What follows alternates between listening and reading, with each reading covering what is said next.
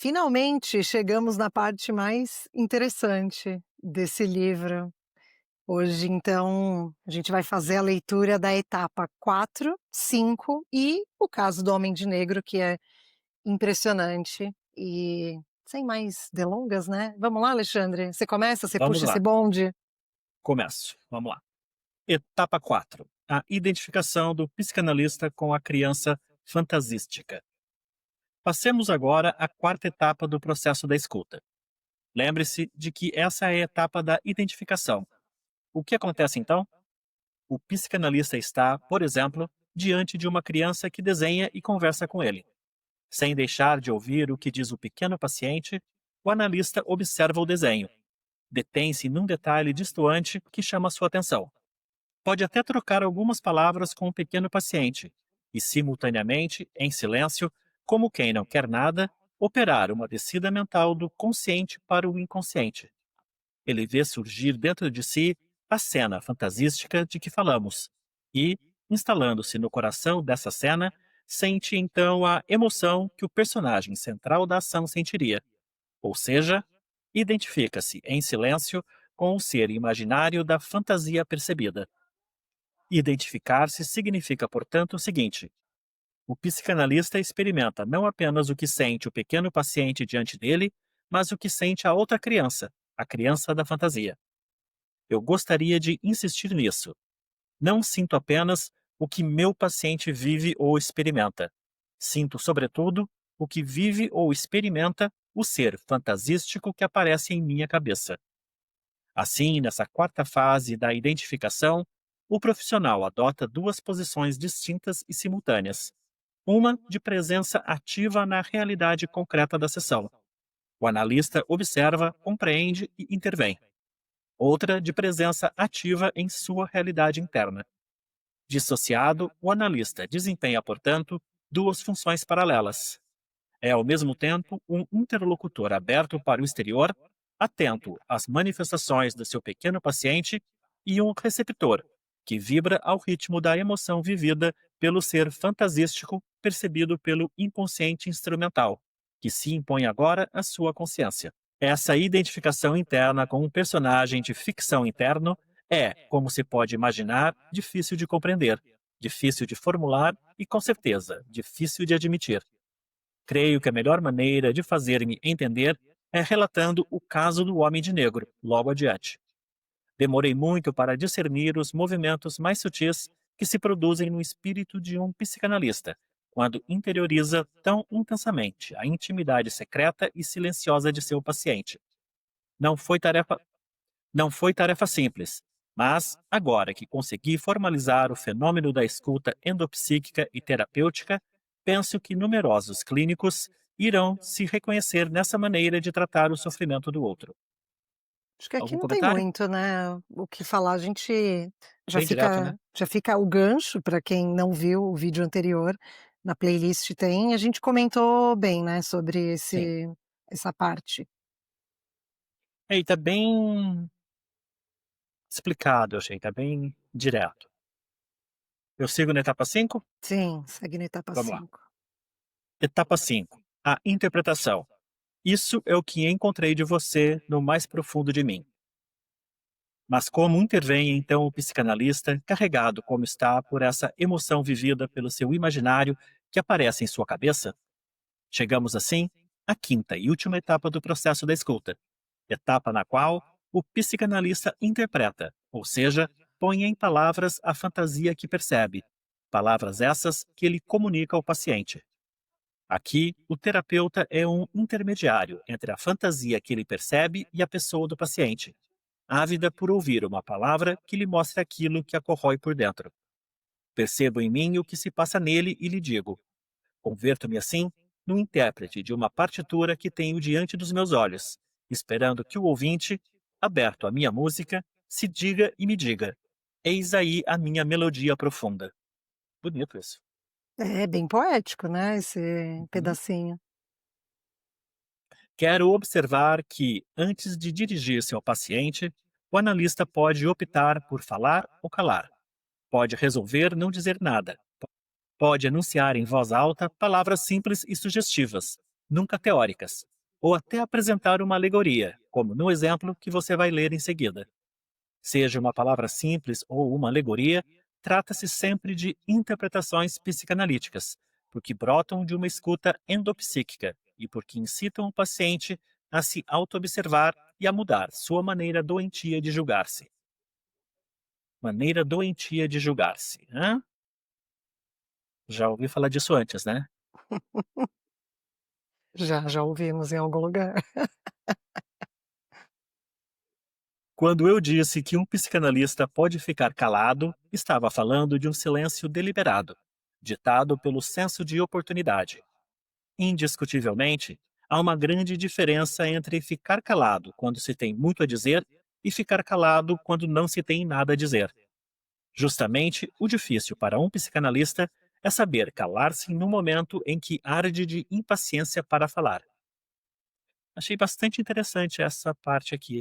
Você sabe que esse arder de impaciência para falar me remete muito a várias vezes, assim, que eu estava atendendo paciente e que depois, né, eu percebia que Uhum, a minha cabeça quase ardia para falar alguma coisa, literalmente, uhum. e que não era para eu falar. Depois eu entendia que eram coisas minhas, que não essa frase aqui me pega muito, porque ela é muito real. Hoje em dia eu já percebo que se me vem um comichão muito grande, que é diferente desse sentir, né, que ele fala, sentir o personagem fantasístico, mas um incômodo mesmo, aí que eu percebo que eu tenho que ficar caladinha e passar Hum.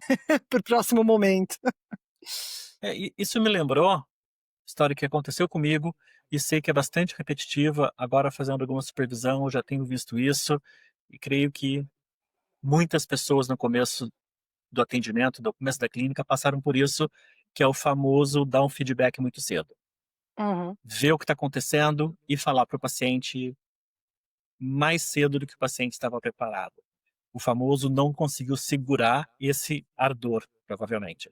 Eu tive um caso, logo eu comecei a atender, tinha foi durante o estágio ainda, e que eu me senti o máximo, porque eu entendi o que estava acontecendo, e eu falei para o paciente, e o paciente concordou com tudo, e eu terminei a sessão achando que como eu era bom, como eu tinha conseguido compreender tudo. E não precisa terminar a história que no próximo capítulo a pessoa nunca mais apareceu, né. Hoje, cada vez mais eu vejo que eu só acho que eu entendo, tem que respeitar o tempo de cada paciente. Estava lendo um texto do Freud a semana passada que ele fala que nessa hora do feedback o ideal é que a gente fale o mínimo possível, que deixe que o paciente chegue às conclusões e a gente só Vai coloca ali as amarrando. conjunções, É. né, para ir juntando os pedaços, mas não sair correndo e como se fosse um diagnóstico, né.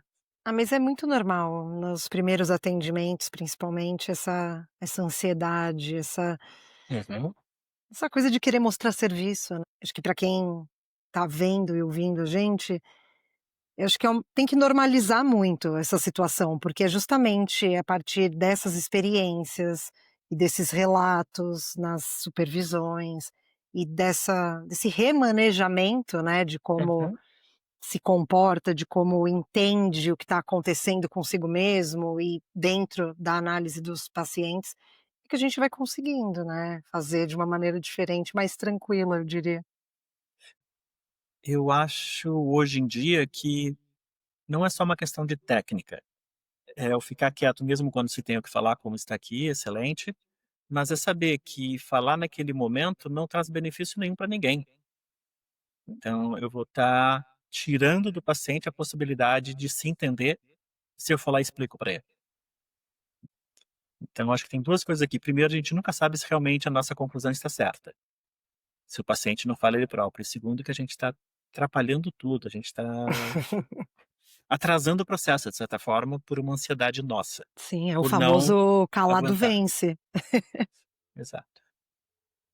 E é uma coisa sutil, mas enfim, vamos seguir, mas é uma coisa sutil o Sim. momento em que se deve falar, né. Não é algo que vai se achar no manual, mas Não, não é mesmo. E a gente ainda erra muito e vai errar muito em vários momentos, porque é isso, é errando que a gente vai se auto-observando. Então, eu acho que vale sempre falar isso, porque se quem nos ouve está se formando ou está pensando em entrar numa formação, acho que é muito importante saber que, como em toda profissão, vão ter vários buracos aí no caminho e para sempre, só vão ser buracos Uhum. diferentes, talvez mais rasos, acho que isso. Vamos seguir lá então. Vamos. Nesse aspecto, quando falo com os meus pacientes, digo apenas 40% do que poderia dizer. Se me calo, é porque considero que é cedo demais ou tarde demais para intervir, porque o paciente não está preparado para receber minha palavra, o que preciso de tempo para amadurecer a ideia que tenho em mente, ou simplesmente porque não tenho nada a dizer. Nesse instante, o aforisma de Wittgenstein me vem à mente. Sobre o que não se pode falar, deve-se calar. Nesse sentido, aconselho com frequência aos psicanalistas que me consultam para supervisão de prática que não falem se não sabem o que dizer. Se tem dúvidas, não fale, fique em silêncio. Evitará muitos equívocos. Estávamos falando. Sim.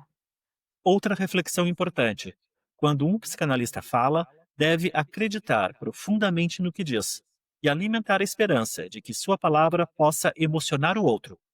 Sem dúvida alguma, a convicção com que o terapeuta fala é decisiva para que seu paciente tenha confiança nele e se sinta estimulado a se auto-observar.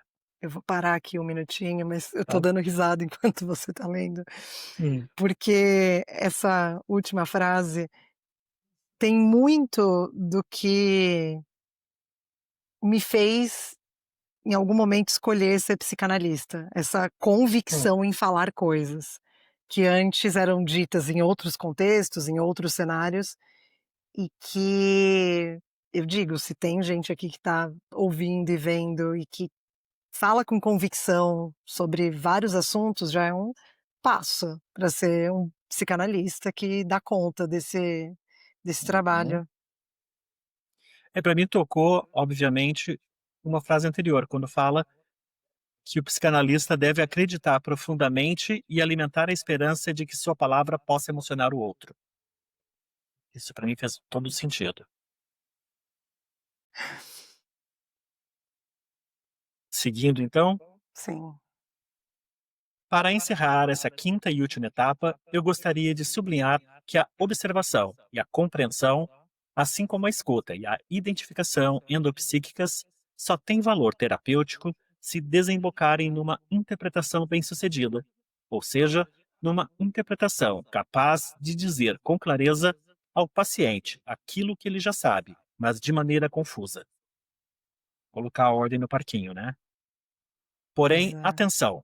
Por mais pertinente e esclarecedora que seja a interpretação, ela continuará sendo inoperante se não alcançar o paciente em sua zona sensível, a flor da consciência, ou seja, em seu pré-consciente. Para revelar o inconsciente, é preciso. É preciso que esse tenha amadurecido até se tornar pré-consciente. Ou seja, tem que ficar trabalhando. Ah, é? Me veio a ideia da água com barro no fundo. Tem que ficar mexendo para aquele barro começar a subir, né? Para saindo do inconsciente e vindo para o pré-consciente. Sim, para ir se misturando com o que está mais na superfície. E a partir daí a gente Tá. consegue pescar algumas coisas. A É, gente mas não, né, o isso paciente. mas a gente consegue pescar no sentido de sentir, de perceber o quanto aquele paciente está numa negação tão grande de um assunto que nitidamente não está preparado para uma interpretação, para qualquer coisa que seja, né, Uhum. de um tema que está muito inconscientizado. Aí entram os mecanismos de defesa que, quando a gente começa a perceber que eles são muito fortes em um tema só, é porque ainda vai ter que se escavar muito ali. Sim.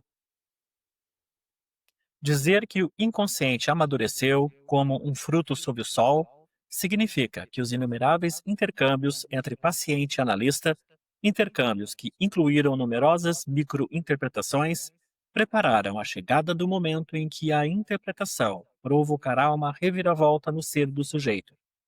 Esses intercâmbios enfraqueceram as resistências do paciente e fizeram com que seu inconsciente se tornasse permeável à palavra do profissional.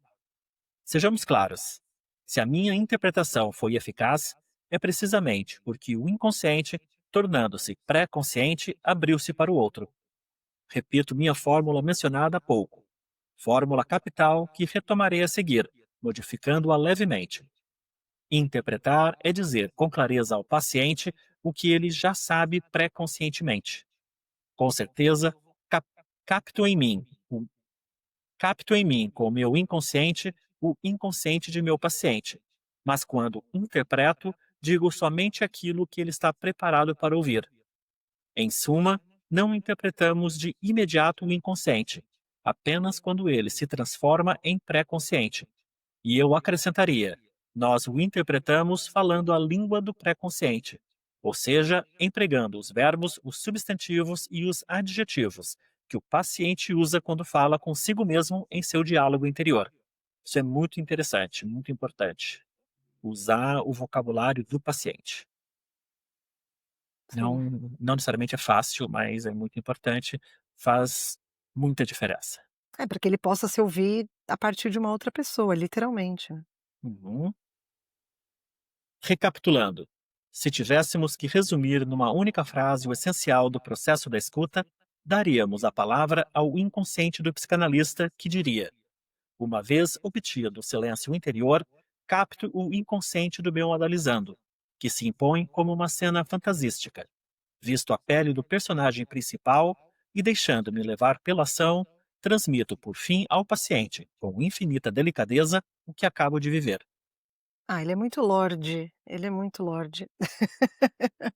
Escrevendo tudo Eu isso. fico curioso, eu acho que eu vou procurar ler ele em espanhol. Eu gosto de espanhol, deve ficar mais bonito ainda. Pois é, deve ser interessante essa leitura, mas o bom é que, Hum, assim, quem ouviu o vídeo anterior, que a gente já tinha falado sobre esse personagem fantasístico, a gente até trouxe, né, alguns exemplos de que a gente já sentiu, que, né, tinha a ver com isso, mas não necessariamente isso. E agora, quando chega no caso do Homem de Negro, aí eu vejo que, assim, estou a 1000 léguas desse Násio, porque é muito complexo, assim, o que ele vê, o que ele sente é um curta-metragem. E aí eu fico esperançosa de talvez um dia chegar perto disso, porque é muito interessante. eu não conheço o caso do Homem de Negro, eu vou conhecer agora. Vai conhecer agora? Vamos Mas lá. pelo que você fala, deve ser muito interessante. Eu até, às vezes, eu fico duvidando, eu falo: "Não é possível". Ok? Vamos lá. Você lê Vamos essa lá. parte então? Sim. O caso do Homem de Negro, um exemplo de escuta e de identificação endopsíquicas, assim como de interpretação narrativa. Para encerrar este capítulo, quero apresentar o caso clínico que ilustra as 3 últimas etapas do processo da escuta: a escuta plena, a identificação e a interpretação. Assim, no exemplo a seguir, você verá o psicanalista mergulhar, durante uma sessão, no interior de si mesmo, captar a fantasia inconsciente de seu paciente, identificar-se com o personagem principal dessa fantasia e, por fim, remontar à superfície para comunicar a seu paciente o que experimentou durante sua imersão endopsíquica. A bem dizer, ao distinguir essas 3 etapas, estou decompondo teoricamente um acontecimento fulgurante, que vivencio como um todo indivisível. Falamos disso também, né, no outro vídeo, de como parece que são etapas que 1, 2, 3 valendo, mas não, Uhum. né, é todo um processo, um bloco só. Sim. Mas vamos ao exemplo. O analisando, um jovem de 26 anos, tem a estranha peculiaridade de vestir-se de negro, todo de negro. Desde o primeiro dia em que o recebi no consultório, ele vestiu invariavelmente um terno preto, sempre o mesmo, com camisa e gravata pretas, apresentando-se nas sessões com seu indefectível guarda-chuva preto, luvas de couro e pasta também pretas. Devo dizer que na época em questão, pois já não recebo esse paciente, sua aparência lúgubre incomodava um pouco todos os outros pacientes que cruzavam com ele na sala de espera. Era um homem muito bem penteado, de ótima aparência, altivo, do qual emanava uma certa dignidade mesclada a um sofrimento profundo. Procurou-me porque tinha a impressão de que nada se concretizava em sua vida, de que estava tudo parado. Durante a primeira entrevista, eu soube que ele tinha perdido a mãe aos 6 anos, num acidente de carro. Mas a essa tragédia somava-se uma grave mentira do pai, que durante um ano continuou dizendo que a mãe tinha partido em viagem, de modo que o menino passou um ano achando que tinha sido abandonado e esquecido pela mãe. Depois desse abandono, ele não conseguiu mais estabelecer vínculos afetivos nem com um pai frio e indiferente, nem com os demais membros da família. Vínculos que talvez tivessem permitido que ele fizesse um luto normal. Ou seja, que fosse pouco a pouco aceitando a ausência definitiva da mãe. Desde as primeiras sessões, tive a sensação de estar diante de uma criatura doente, de um luto não resolvido, de um luto encravado nele como um núcleo obscuro de lava petrificada. 2 anos depois, durante uma sessão, como por acaso, escuto dele as seguintes palavras: Desde que minha mãe se foi, sem compreender muito bem porquê, senti estas palavras como um apelo para que eu me concentrasse e me deixasse levar pelo que viesse a mim. Fico cego e, como um eco desta frase, desde que minha mãe se foi, uma série de imagens despertam em mim, as quais descrevo ao paciente à medida que vão surgindo. Intervenho então e minha palavra toma a forma de um relato que tem valor de interpretação. Esclareço aqui que as palavras que você lerá agora são as mesmas que comuniquei ao paciente. Consegui transcrevê-las rapidamente, depois de terminada a sessão.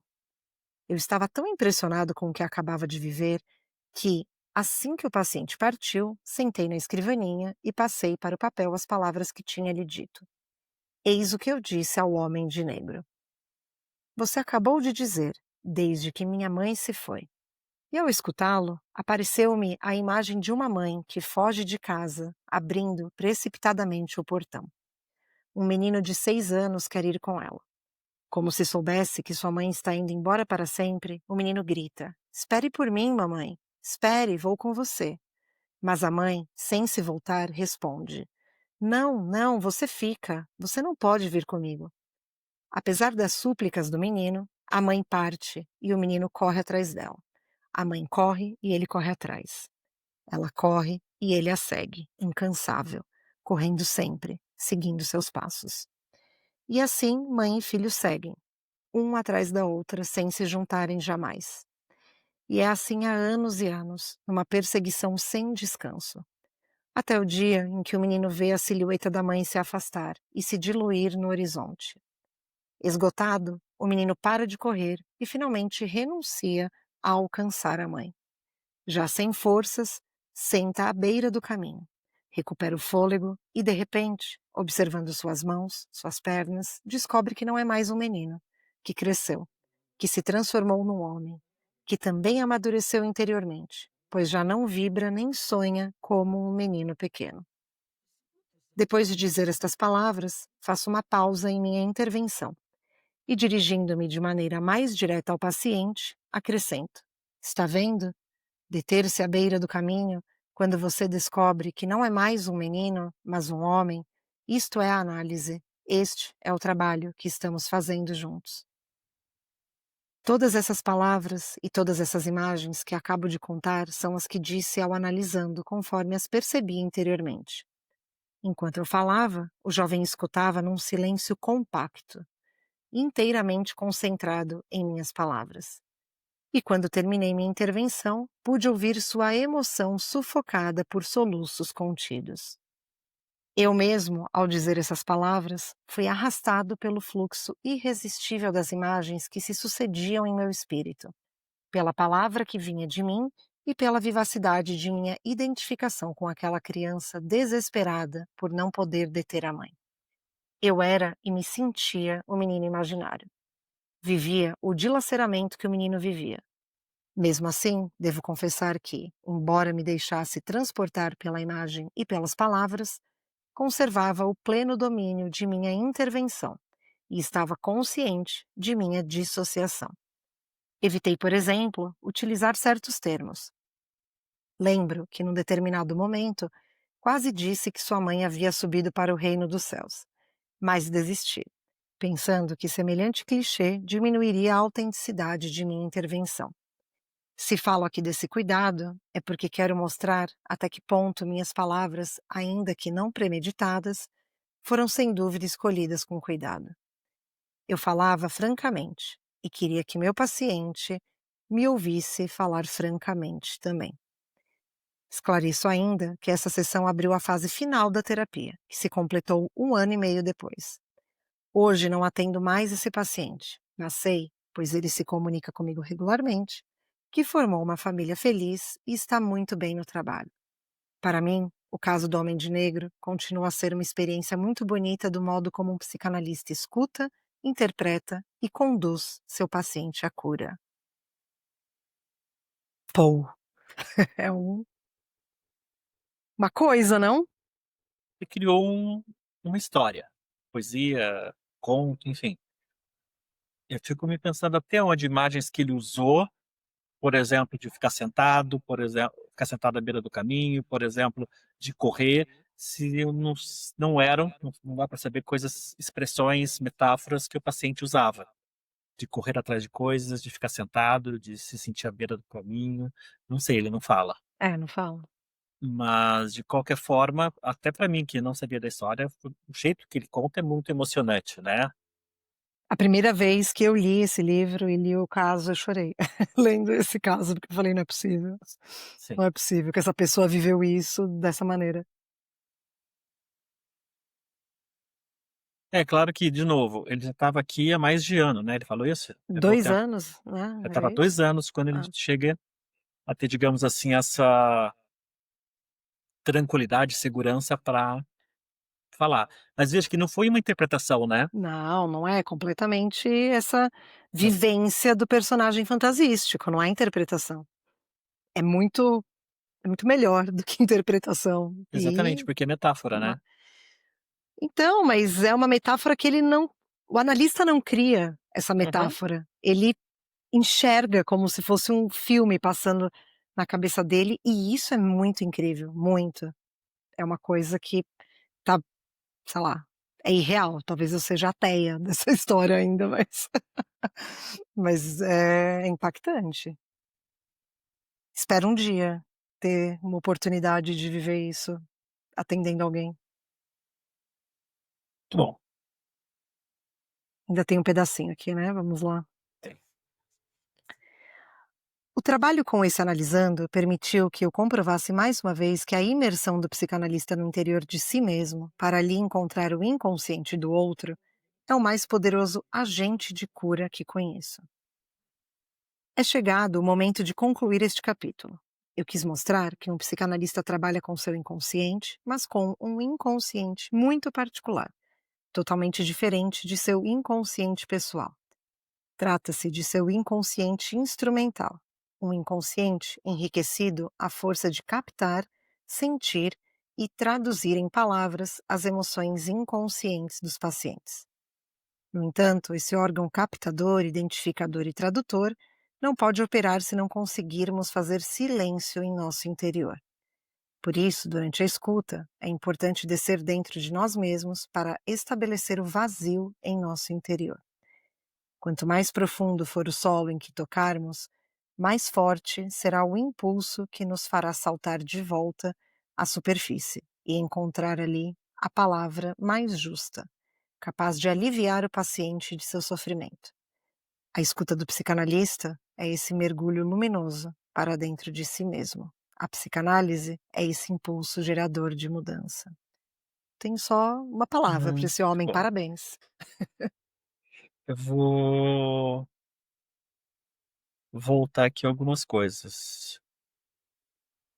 Durante a escuta é importante descer dentro de nós mesmos, estabelecer o vazio, ou seja, eu escutar mesmo, e algo que ouvi numa aula há pouco tempo, que enquanto analista a gente deve se permitir ir na fantasia do paciente, sabendo que a gente não está lá, mas ir junto, não tentar tirar, não tentar trazer para a realidade, o que quer que seja, mas ir junto sabendo que, vou usar a metáfora daqui, que a gente pode voltar para a superfície. E seguindo aqui na metáfora, quanto mais fundo a gente for, mais impulso a gente vai conseguir, porque se a gente tocar o fundo da piscina, foi do jeito que eu imaginei, a gente consegue ter mais impulso. Mas também sem pressa de chegar no fundo. Se permitir ir, né? Porque a gente sabe voltar. E sem pressa. Sim. Sem ficar, por exemplo, entrando na história, na ansiedade de tentar entender, na ansiedade de tentar montar a metáfora, a história, porque, poxa, o NASA demorou 2 anos, Pois é. né. Pois é. E o caminhar junto implica em não ter um passo mais rápido do que o que a pessoa tá dando. Isso. E outra coisa aqui que ele fala: "A escuta do psicanalista é um mergulho luminoso para dentro de si mesmo, não é para dentro do paciente", né. Então aqui tem um tanto de generosidade, um tanto de, eu diria, autoconhecimento, no sentido não bonitinho da palavra, de que eu preciso mergulhar junto. Não porque eu sou bom, mas porque eu preciso ir nesse caminho junto, e é dentro de mim. Então, provavelmente, não sou analista do Nasio, mas aquela história que ele montou fez sentido para ele. Não sei nada da biografia dele, mas para ele chegar naquela história, deve ter algum conteúdo dele que ele conseguiu, ao mergulhar junto com o paciente, chegar naquela história que também fez sentido para o paciente. Ah, sim. A referência devia estar lá, de alguma maneira. De alguma maneira. Mas provavelmente a história não é a mesma, não sei se ele teve uma mãe que morreu, não sei nada disso da história dele, né. Uhum. É, Mas também não. independente, teve algum paralelo da história dele que Sim, fez ele trazer aquilo, da criança que fica sentada na beira do caminho, da criança que corre, quer que seja que ele utilizou ali, né. sim. E o que você chama de autoconhecimento, eu acho que tem muito a ver com autocentramento. E aí, Hum, eh, eu acho que vale falar sobre a responsabilidade que é ser um analista, e isso tem a ver com muitas renúncias, inclusive. Eh, Óbvio que, assim, eu só tenho a minha experiência para falar. Quando eu me formei, eu tomei diversas decisões de beneficiar um autocentramento mesmo em mim, através de várias escolhas. Então, parar de beber, fazer meditação, e meditação não é tipo: "Ai, vou ficar 1 hora sentada em posição de lótus", mas, sabe, de conseguir me escutar, de conseguir parar quieta, e isso tudo como um preparo para essa profissão, um preparo constante que não acaba nunca, né, uhum, mas que eu entendi ali, que se eu não começasse a fazer isso, essas escolhas de estar mais consciente e tudo mais, eu talvez nunca fosse chegar numa experiência como o Nasio retrata, que, né, me traz uma sensação de alguém que tá ali muito, eu vou usar a palavra puro, mas é porque me falta outra, mas muito puro em si mesmo, acho que é isso uhum. que me vem.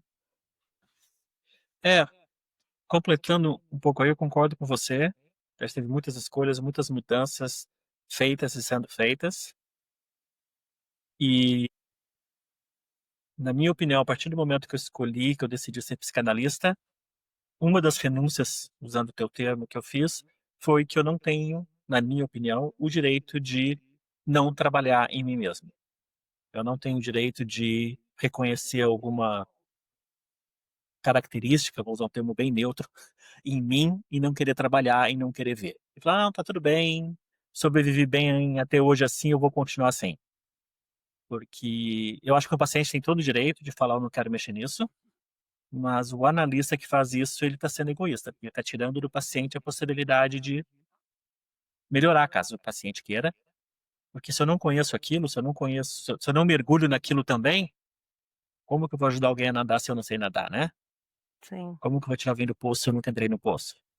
É, Então, e de poder certa deixar essa forma, porta aberta, né, para o paciente poder passar por ela, se a gente olha isso em nós mesmos, e esse isso pode ser qualquer coisa, uhum. já vai estar pavimentado esse caminho para o paciente, então E aí não que às tem vezes eu outra. falo, porque eu falei de autoconhecimento, você falou de autocentralidade, Centramento. centramento, eu vou insistir no autoconhecimento porque eu tinha essa ilusão, e eu creio que muita gente tem, de que autoconhecimento é um caminho para eliminação, é o nirvana, né?